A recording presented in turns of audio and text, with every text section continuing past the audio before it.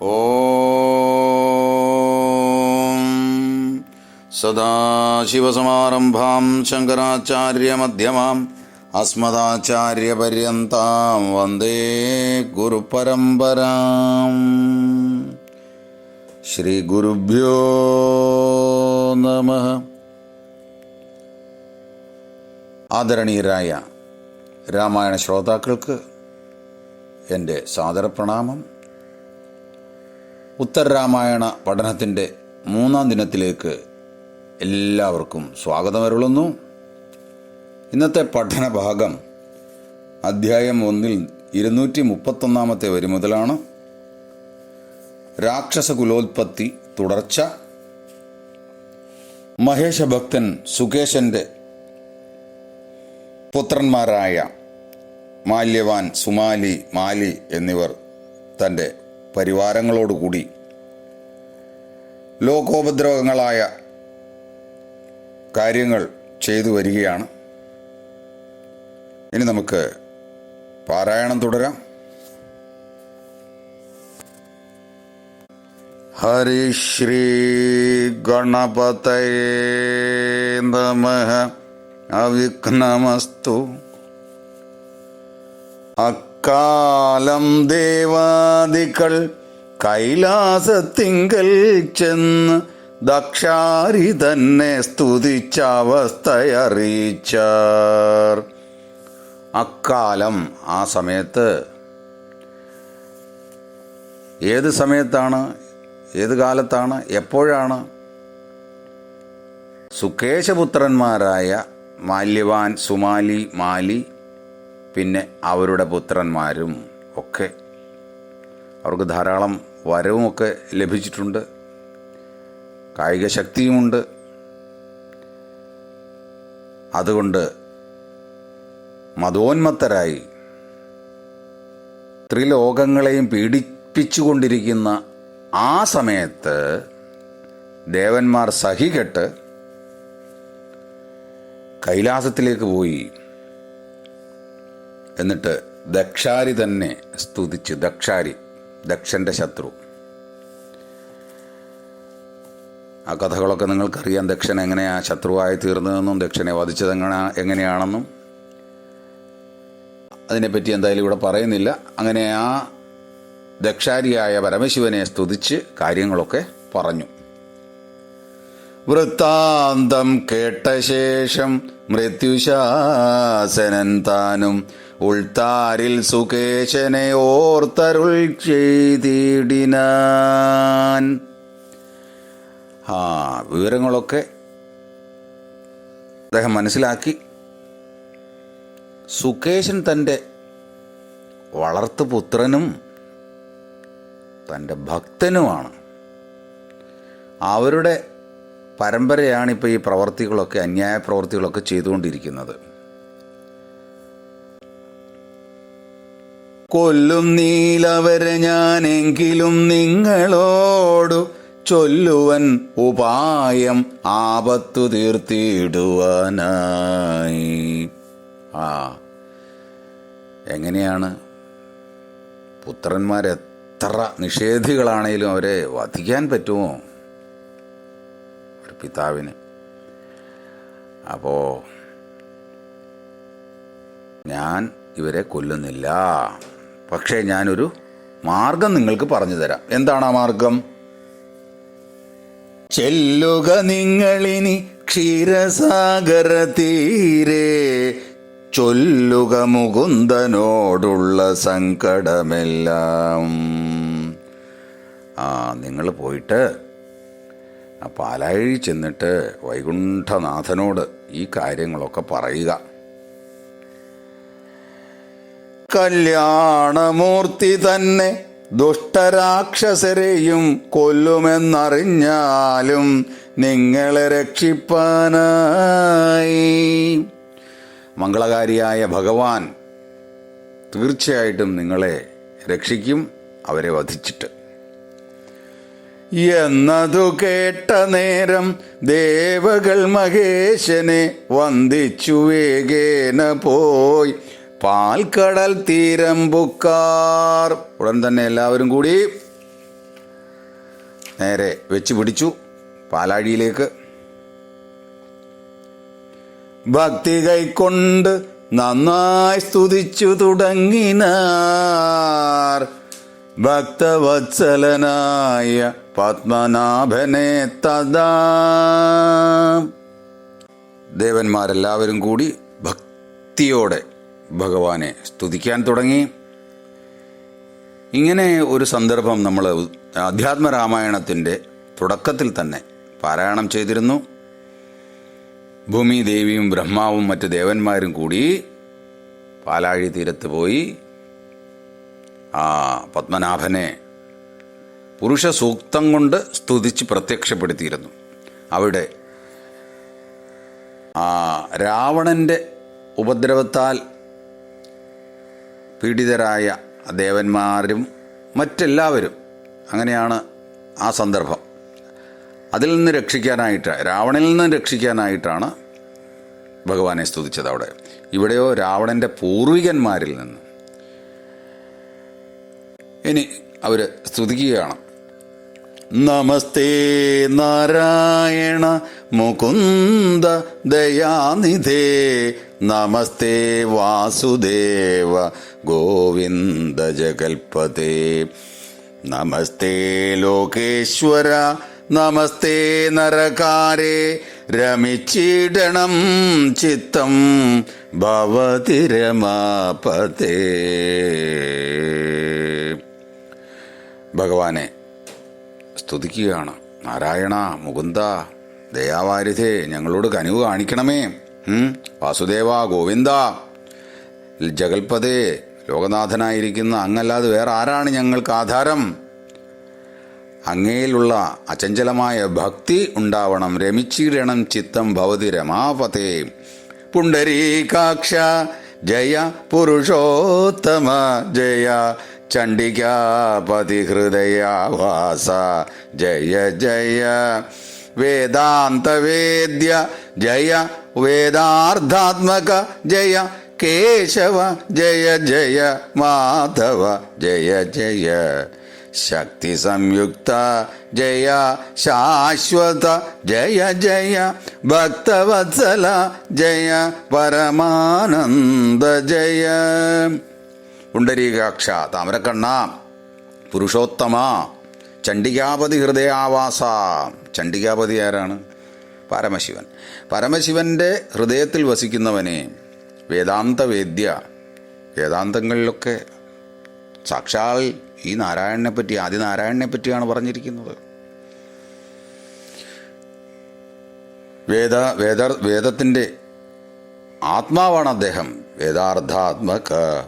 അങ്ങനെ ഭഗവാനെ ഓരോരോ വിശേഷണ പദങ്ങളാൽ സ്തുതിക്കുകയാണ്. നിർജ്ജരപ്രവരന്മാരീ വണ്ണം സ്തുതിച്ചേറ്റം ആർദ്ധിച്ചു വസിച്ചളവാഖില ജഗന്നാഥൻ.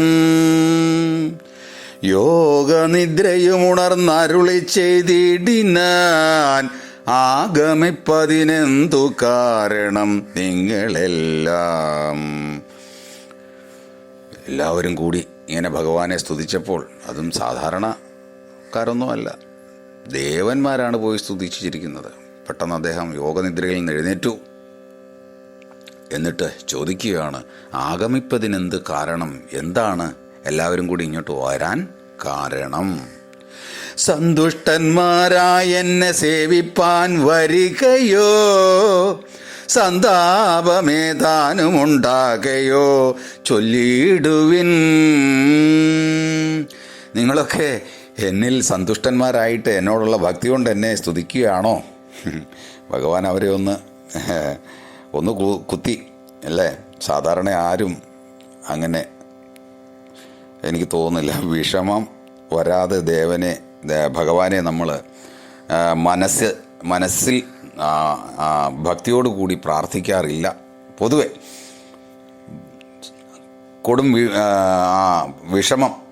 കൊടിയ വിഷമം ഉണ്ടാകുമ്പോഴാണ് നമ്മൾക്ക് എപ്പോഴും ഭഗവാനെ ഓർമ്മ വരുന്നത്. എന്നതുപോലെ ഇവിടെ ദേവന്മാരോട് ചോദിക്കുകയാണ്, എന്നോടുള്ള ഭക്തി കൊണ്ടാണോ നിങ്ങൾ എന്നെ സ്തുതിക്കുന്നത്, അതോ എന്തെങ്കിലും പ്രശ്നം ഉണ്ടായോ?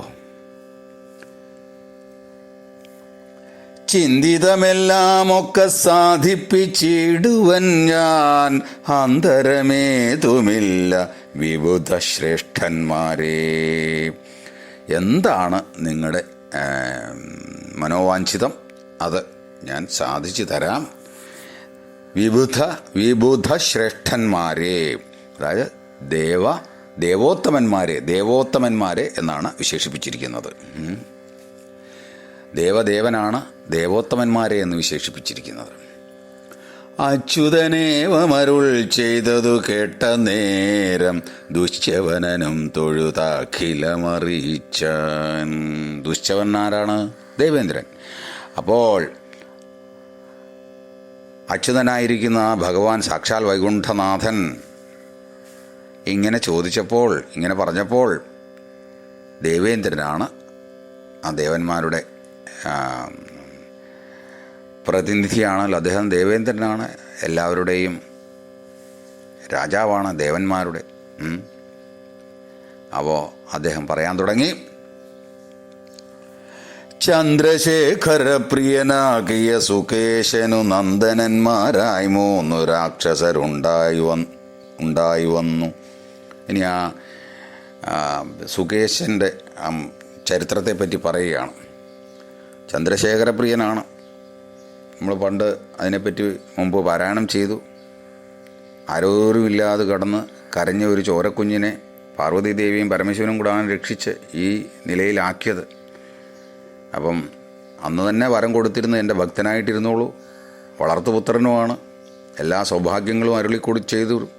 അപ്പോൾ അങ്ങനെയുള്ള ആ ചന്ദ്രശേഖരപ്രിയനായ സുകേശന് 3 പുത്രന്മാരുണ്ട്. മാല്യവാൻ സുമാലിയും മാലിയും ഒരുമിച്ചു ബാല്യകാലത്തെ തപോനിഷ്ഠയാ വിരിഞ്ചനെ സന്തോഷിപ്പിച്ചു വരം വാങ്ങിക്കൊണ്ടവരിപ്പോൾ സന്താപം ജഗത്രയത്തിങ്കലും വളർത്തുന്നു. ഈ സുകേശപുത്രന്മാരായ ആരൊക്കെയാണ്? മാല്യവാൻ, സുമാലിയും പിന്നെ മാലിയും. അവരെല്ലാവരും കൂടി വളരെ ചെറുപ്പത്തിലെ തന്നെ നമ്മുടെ ബ്രഹ്മാവിനെ സ്തുതിച്ചിട്ട്, ബ്രഹ്മാവിന് തപസ് ചെയ്തിട്ട് ഇഷ്ടം പോലെ വരങ്ങൾ വാങ്ങി. അദ്ദേഹം വരദാന തൽപരനാണ്. ആര് ചോദിച്ചാലും എന്തും വാരിക്കൊടുക്കും. എന്താ ചെയ്യുന്നത്? തങ്ങളുടെ പ്രജകളല്ലേ. അപ്പോൾ പ്രജകൾ മുമ്പ് നമ്മൾ പറഞ്ഞതുപോലെ ചന്ദ്രശേഖരപ്രിയനാണ്, ചന്ദ്രശേഖരൻ്റെ വളർത്തുപുത്രനാണ്. അദ്ദേഹം എങ്ങനെയാണ് കൊല്ലുന്നത്? എന്ത് ചോദിച്ചാലും കൊടുക്കും. അതുപോലെ ഇവിടെ ബ്രഹ്മാവ് എന്ത് ചോദിച്ചാലും അങ്ങ് വാരിക്കൊടുക്കും. പിന്നെ അനുഭവിക്കുന്നു എല്ലാവരും കൂടി. എന്തായാലും ഇപ്പോൾ 3 ലോകത്തിലെയും കാര്യം വളരെ കഷ്ടമാണ്. ശങ്കരൻ സുകേശനിലുള്ള വാത്സല്യം കൊണ്ട് കിങ്കരോമ്യഹമിതി ചഞ്ചലമനസ്കനായി പങ്കജവിലോചനോടുണർത്തിക്കയെന്നാൽ സങ്കടം തീർക്കും ജഗന്നാഥനെന്നറിഞ്ഞാലും. അപ്പോൾ ഞങ്ങൾ നേരിട്ട് ഇങ്ങോട്ട് വന്നില്ല പ്രഭു, അത്രയ്ക്ക് ധൈര്യമൊന്നും ഞങ്ങൾക്കില്ല. ആദ്യം ആ പ്രോപ്പർ ചാനലിൽ കൂടാണ് പോയത്. ആദ്യം പിന്നെ കൈലാസത്തിൽ പോയി അദ്ദേഹത്തോടാണ് ഉണർത്തിച്ചത് കാര്യങ്ങളൊക്കെ. പക്ഷേ അദ്ദേഹം എന്താണ് പറഞ്ഞത്? കിം കരോമ്യഹം, ഞാൻ എന്താ ചെയ്യുക എന്ന് അദ്ദേഹം തൻ്റെ നിസ്സഹായത വെളിപ്പെടുത്തി. എന്താണ് ചഞ്ചല മനസ്കനായത്? തൻ്റെ വളർത്തുപുത്രന്മാരുടെ മക്കളാണ് ഈ ദുഷ്പ്രവൃത്തികളൊക്കെ ചെയ്യുന്നത്. എന്നിട്ട് പറഞ്ഞു, അങ്ങയോട് ഉണർത്തിക്കാൻ, പങ്കജവിലോചൻ താമരക്കണ്ണനായിരിക്കുന്ന വൈകുണ്ഠനാഥനോട് ഉണർത്തിക്കാനായിട്ട് പറഞ്ഞു. അങ്ങനെ ഉണർത്തിച്ചാൽ സങ്കടം തീർക്കും ജഗന്നാഥൻ. എല്ലാത്തിൻ്റെയും ആ സുപ്രീം പവറാണല്ലോ, ഏറ്റവും ഉന്നതനായിരിക്കുന്ന ആ സാക്ഷാൽ വിഷ്ണു ഭഗവാൻ. അവിടേക്കാണ് ഇവരെല്ലാം കൂടെ എത്തിയിരിക്കുന്നത്. രക്ഷോ വീരന്മാരെയും വധിച്ചു ജഗത്രയം രക്ഷിക്കും ലക്ഷ്മീവരനെന്നരുൾ ചെയ്തു രുദ്രൻ. ആ രാക്ഷസന്മാരെയൊക്കെ വധിച്ച് ഭഗവാൻ നിങ്ങളെ രക്ഷിക്കും, ജഗത്രയത്തെയും രക്ഷിക്കും. തീർച്ചയായിട്ടും അതിന് യാതൊരു സംശയവുമില്ല. അദ്ദേഹത്തിൻ്റെ ജോലിയും അതുതന്നെയാണ്. യഥാ യഥാഹി ധർമ്മസ്യ ഗ്ലാനിർഭവതി ഭാരത അഭ്യുത്ഥാനം അധർമ്മസ്യ സദാത്മാനം സൃജാമ്യഹം. അപ്പോൾ ആ ധർമ്മത്തെ ഉദ്ധരിക്കാനായിട്ട് അദ്ദേഹം വരും. ഇപ്പം അതുകൊണ്ട് ഞങ്ങളും അതു കേട്ടു നിന്തിരുവടിയെ കണ്ടിങ്ങു വന്നുണർത്തിപ്പാനായി വിട കൊണ്ടു നാഥ. അതുകൊണ്ടാണ് ഞങ്ങൾ ഇങ്ങോട്ട് വന്ന് അങ്ങോട്ട് ഈ കാര്യങ്ങളൊക്കെ പറഞ്ഞത്. മറ്റൊരു ശരണമില്ലി ജനത്തിനു പോറ്റി മുറ്റും നിന്തിരുവടി ഒഴിഞ്ഞു ദയാനിധേ.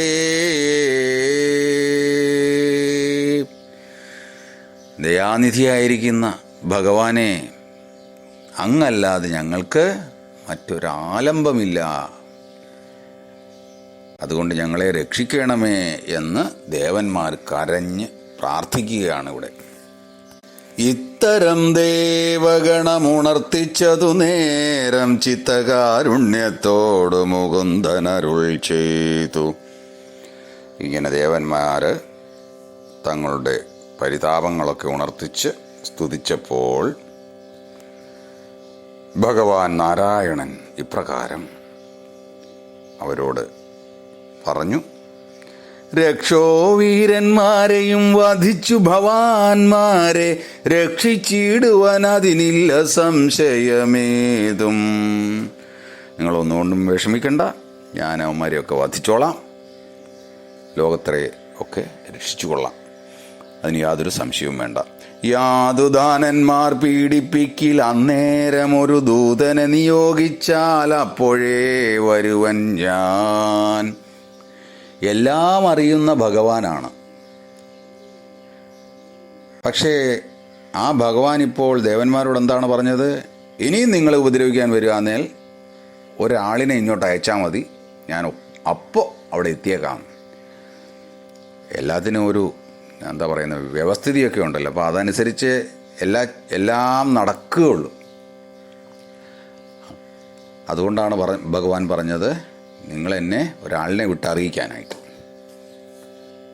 എങ്കിലോ നിങ്ങളങ്ങു പോയാലും ഇനിയെന്ന് പങ്കജവിലോചനരുളി ചെയ്ത ശേഷം വന്ദിച്ചു ദേവകളും പോയി ചെന്നു നിജ നിജ മന്ദിരം പുക്ക് വസിച്ചിടിനോരനന്തരം.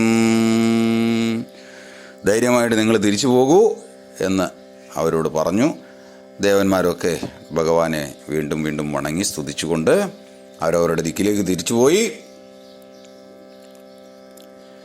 മാല്യവാൻ അനുജന്മാരോടുറ ചെയ്തു നിങ്ങൾ ബാല്യം കൊണ്ടുള്ള മതം കളഞ്ഞു കേട്ടിടുവിൻ. നമ്മുടെ ദോഷമെല്ലാം ദേവകൾ ചെന്നു കണ്ടു മന്മഥവൈരിയോടു സങ്കടമറിയിച്ചു. അന്നേരം സുകേശനിലുള്ള വാത്സല്യം കൊണ്ട് പന്നക വിഭൂഷണൻ അവരോടരുൾ ചെയ്തു.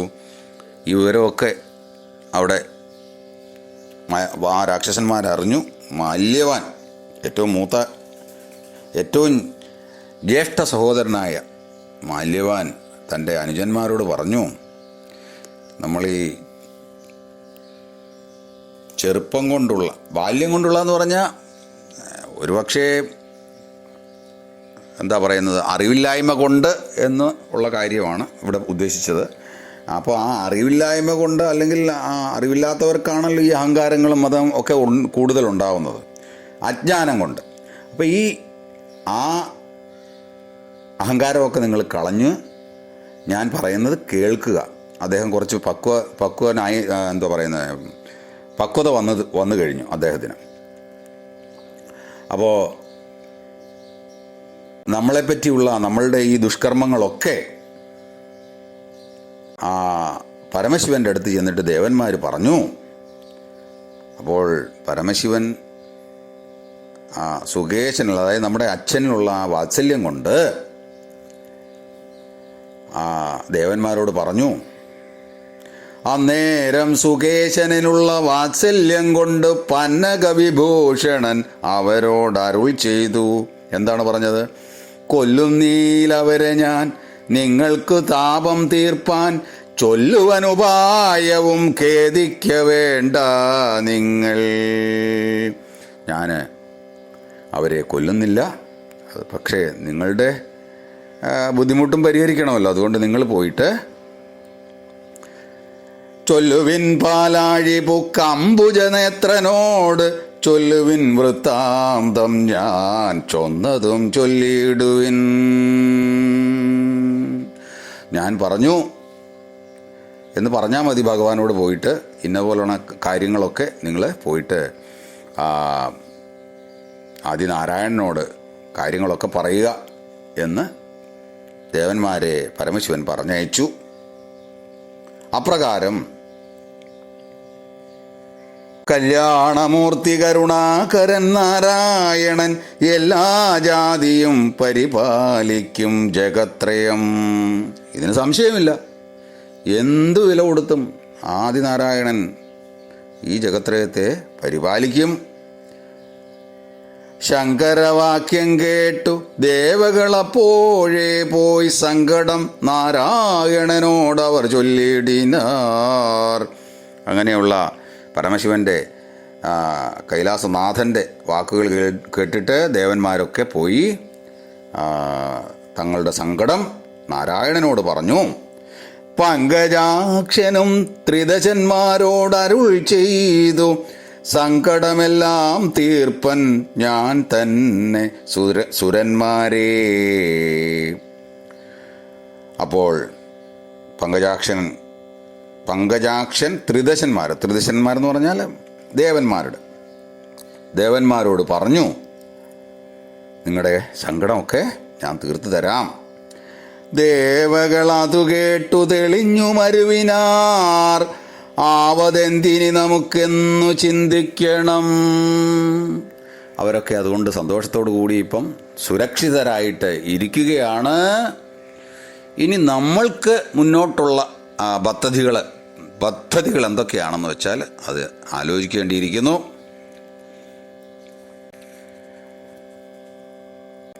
കൊണ്ടൽ നേർവർണ്ണൻ ത്രിദശന്മാർക്കു വേണ്ടി തന്നെ പണ്ടു ദൈതേയന്മാരെ പലരെ കൊല ചെയ്താൻ.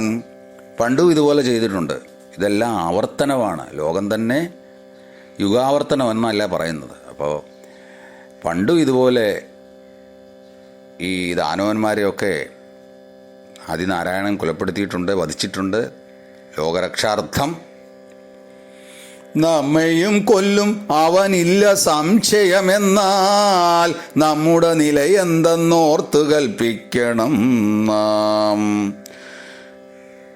നമ്മയും വധിക്കും, അതിന് യാതൊരു സംശയവുമില്ല. അതുകൊണ്ട് എന്താണിപ്പോൾ നമ്മുടെ അവസ്ഥ, ഇനി എന്ത് ചെയ്യണം എന്ന് നമ്മളെല്ലാവരും കൂടി തീരുമാനിക്കണം. സോദരന്മാരോട് യുദ്ധം മാല്യവാൻ പറഞ്ഞപ്പോൾ മേതുരന്മാരാമനുജന്മാരുമുറ ചെയ്താർ.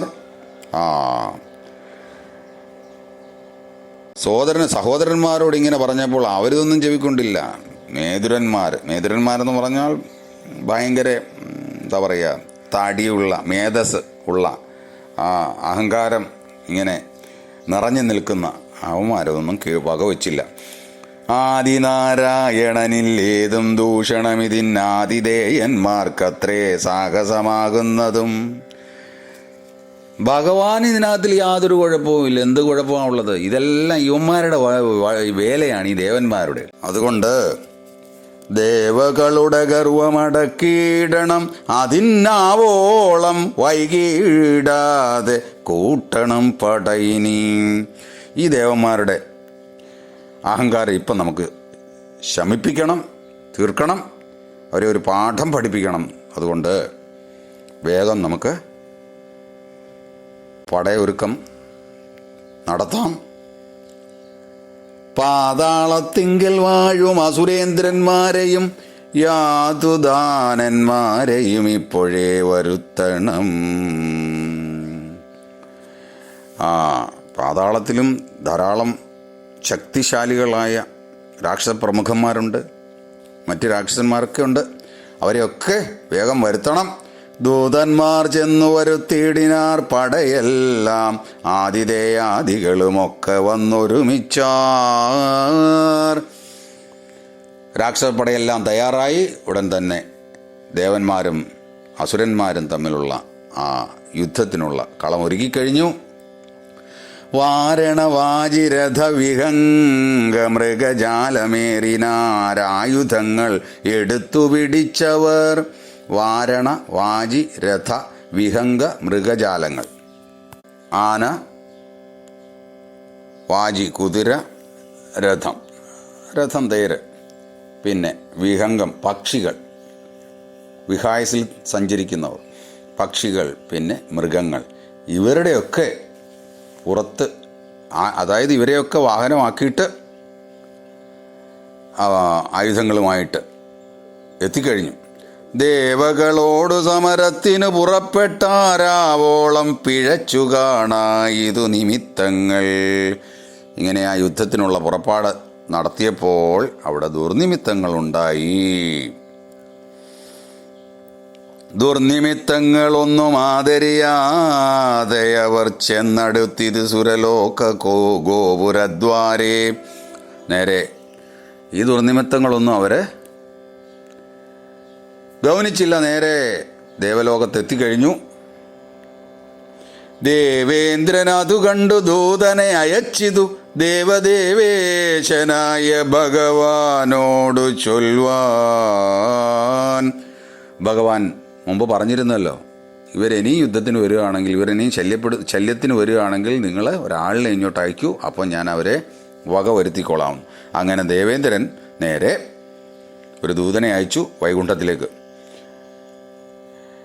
ദേവദൂതോക്തി കേട്ടു മാധവൻ തിരുവടി ദേവാരികളെയൊക്കെ നിഗ്രഹിപ്പതിനായി വൈനതേയന്മേലേറി ആയുധങ്ങളുമായി ദാനവന്മാരോട് യുദ്ധത്തിനു ചെന്ന നേരം.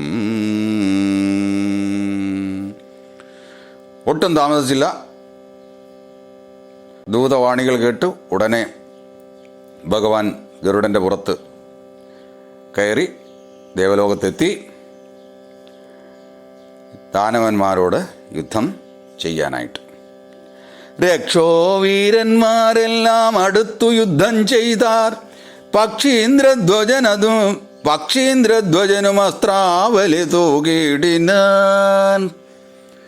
ആരോടാണ് ഈ യുദ്ധത്തിന് പുറപ്പെട്ടിരിക്കുന്നതെന്ന് ഈ രാക്ഷസന്മാർക്ക് അറിയില്ലായിരിക്കും. താൻ ഒറ്റയ്ക്ക് ഇവരോടൊക്കെ പൊരുതുകയാണ് ഗരുഡൻ്റെ പുറത്തിരുന്നിട്ട്. അവർ അങ്ങോട്ടും ഇങ്ങോട്ടും ശരവർഷം തുടങ്ങി. യുദ്ധവൈദഗ്ധ്യമിനിമേലിലുള്ളേടം ചൊല്ലുവാൻ എത്രയും പണിയെന്നാൽ എന്നു പൈങ്കിളി മക്കൾ. അങ്ങനെ ആ രാക്ഷസന്മാരും സാക്ഷാൽ ആദിനാരായണനും തമ്മിലുള്ള ഘോരമായ ആ യുദ്ധത്തെപ്പറ്റി, അവരുടെ വൈദഗ്ധ്യത്തെപ്പറ്റി പറയാൻ എനിക്ക് ഉടനെ സാധിക്കില്ല എന്ന് പറഞ്ഞ ആ പൈങ്കിളി, എഴുത്തച്ഛൻ്റെ പൈങ്കിളി ഒരല്പം വിശ്രമത്തിനായി പോയി. ഇനിയും പിന്നെ ആകാം ആ യുദ്ധവർണ്ണന എന്ന് പറഞ്ഞ്. ഇതോടുകൂടി ഉത്തരരാമായണം 1-ാം അധ്യായം സമാപിക്കുകയാണ്. ഉത്തരരാമായണം 1-ാം അധ്യായം സമാപ്തം. നമ്മുടെ ഇന്നത്തെ പഠനവും ഇവിടെ സമ്പൂർണ്ണമാക്കാം. ആദിനാരായണനെ സ്മരിച്ചുകൊണ്ട് എല്ലാ സജ്ജനങ്ങൾക്കും എൻ്റെ ഹൃദയം നിറഞ്ഞ പ്രണാമങ്ങൾ ഒരിക്കൽ കൂടി അർപ്പിച്ചുകൊള്ളുന്നു. ഓം ജാനകീകാന്തസ്മരണം. ജയ ജയ രാമ രാമ. പൂർണ്ണമദഃ പൂർണ്ണമിദം പൂർണ്ണാത് പൂർണ്ണമുദച്യത്തെ പൂർണ്ണസ്യ പൂർണ്ണമാദായ പൂർണ്ണമേവാവശിഷ്യത്തെ. ഓം ശാന്തി ശാന്തി ശാന്തി.